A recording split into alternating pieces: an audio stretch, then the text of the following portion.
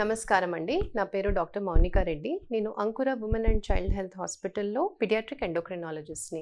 ఈరోజు మనం ఒక ఇంపార్టెంట్ టాపిక్ గురించి డిస్కస్ చేద్దామండి. Congenital hypothyroidism. సో, ఈ థైరాయిడ్ గ్రంథి అనేది ఒక బటర్‌ఫ్లై ఆకారంలో గ్రంథి మన నెక్‌కి ఫ్రంట్ సైడ్‌లో ఉంటుందండి. ఇది 2 ఇంపార్టెంట్ హార్మోన్స్ రిలీజ్ చేస్తుంది. T3 and T4. T4 అంటే థైరాక్సిన్. ఇప్పుడు హైపోథైరాయిడిజం అంటే ఈ థైరాయిడ్ గ్రంథి సరిగ్గా పనిచేయకపోవటము. అండ్ కంజనైటల్ హైపోథైరాయిడిజం అంటే పుట్టుకతోనే ఈ గ్రంథి సరిగ్గా పనిచేయకపోవటము.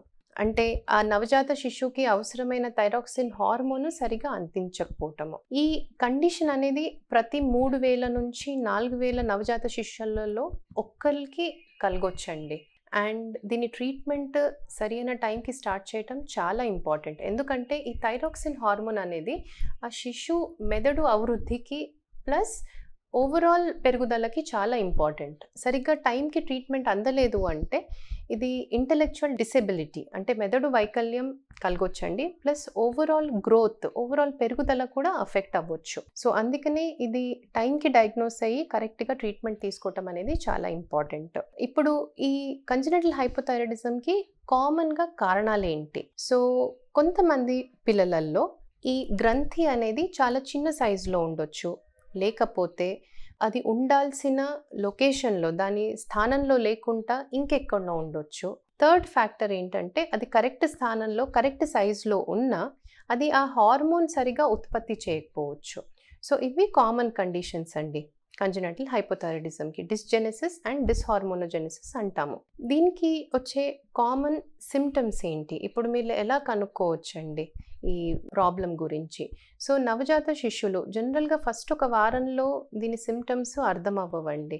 బట్ గ్రాడ్యువల్గా ఏం సిమ్టమ్స్ మీరు చూడొచ్చు అంటే నవజాత శిశువు చాలా ఎక్కువగా నిద్రపోవటము, లేక పాలు సరిగ్గా పట్టకపోవటము, లేక ఏడ్చినప్పుడు అంత స్ట్రాంగ్గా వాయిస్ లేకపోవటము, దీన్ని వీక్ క్రై అంటామండి. లేకపోతే మోషన్స్ సరిగ్గా అవ్వకపోవటము, కాన్స్టిపేషన్, లేకపోతే పుట్టుకామెర్లు అంటాం కదా, ఆ పుట్టుకామెర్లు చాలా హైగా లేకపోతే ఎక్కువ రోజులు నడవటం అండి.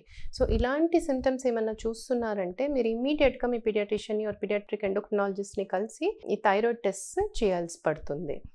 దీన్ని కనుక్కోవటానికి చేసే టెస్ట్ ఏంటంటే బ్లడ్ టెస్ట్ ఉంటాయి. బ్లడ్ టెస్ట్లో మనము T3 అండ్ T4 చేస్తాము. ఈ టెస్ట్లో ఏమన్నా అబ్నార్మాలిటీ ఉంటే అల్ట్రాసౌండ్ నెక్ చేసి మనం ఆ థైరాయిడ్ గ్రంథిది సైజ్ ఎలా ఉంది, ఆ గ్రంథి ఉందా లేదా ఇవి కనుక్కోవచ్చండి. అండ్ దీనికి ఆఫర్ చేసే ట్రీట్మెంట్ కూడా సింపుల్ అండి. థైరాక్సిన్ మాత్ర తీసుకోవాలి. సో ఈ థైరాక్సిన్ మాత్ర ఇప్పుడు పిల్లలకి ఏంటంటే మాత్రని క్రష్ చేసి పౌడర్ లాగా చేసుకొని తల్లి పాలల్లో కానీ లేకపోతే నీళ్ళలో మిక్స్ చేసి రోజుకి ఒక పూట ప్రొద్దున తాపించవచ్చు బేబీకి. అండ్ చాలా ఇంపార్టెంట్ అండి, ఈ డోస్ మిస్ చేయొద్దు. అండ్ ఈ మెడిసిన్ తీసుకునేటప్పుడు జనరల్గా మీ డాక్టర్స్ ఏం అడ్వైస్ చేస్తారంటే ప్రతి 2 నుంచి 3 నెలలకి ఈ థైరాయిడ్ టెస్ట్ మళ్ళీ చేయమంటారు. ఎందుకంటే పిల్లలు ఎదిగే కొద్దీ ఈ డోసెస్ చేంజ్ అవుతూ ఉంటాయి. ఎక్కువ అవ్వచ్చు, తక్కువ అవ్వచ్చు అండి. సో ఈ హార్మోన్స్ని కరెక్ట్గా రేంజ్లో పెట్టుకోవటం అనేది పిల్లల అభివృద్ధికి చాలా ఇంపార్టెంట్. ఈ టెస్ట్లతో పాటు జనరల్గా డాక్టర్స్ ఏంటంటే పిల్లల గ్రోత్ అంటే height, weight, head circumference plus పిల్లల డెవలప్మెంట్ ఎలా నడుస్తుంది అని చూస్తారు. అంటే పిల్లలు ఏ ఏజ్కి ఏ మైల్ స్టోన్స్ అచీవ్ అవ్వాలో, ఏ ఏజ్కి బోర్ల పడాలి, ఏ ఏజ్కి కూర్చోవాలి, ఏ ఏజ్కి నడవాలి, ఇవన్నీ మైల్ స్టోన్స్ అంటామండి. సో ఇవన్నీ కూడా మానిటర్ చేస్తారు. సో ఇది చాలా ఇంపార్టెంట్. అండ్ ఏంటంటే ఈ మధ్యన చాలా హాస్పిటల్స్లో babies second or third day ఉండేటప్పటికి ఈ టెస్ట్ చేస్తున్నారండి. సిమ్టమ్స్ రావక ముందే ఈ కండిషన్ని గుర్తించటం ప్లస్ కరెక్ట్ టైంకి ట్రీట్మెంట్ స్టార్ట్ చేయటం అనేది చాలా ఇంపార్టెంట్. Thank you.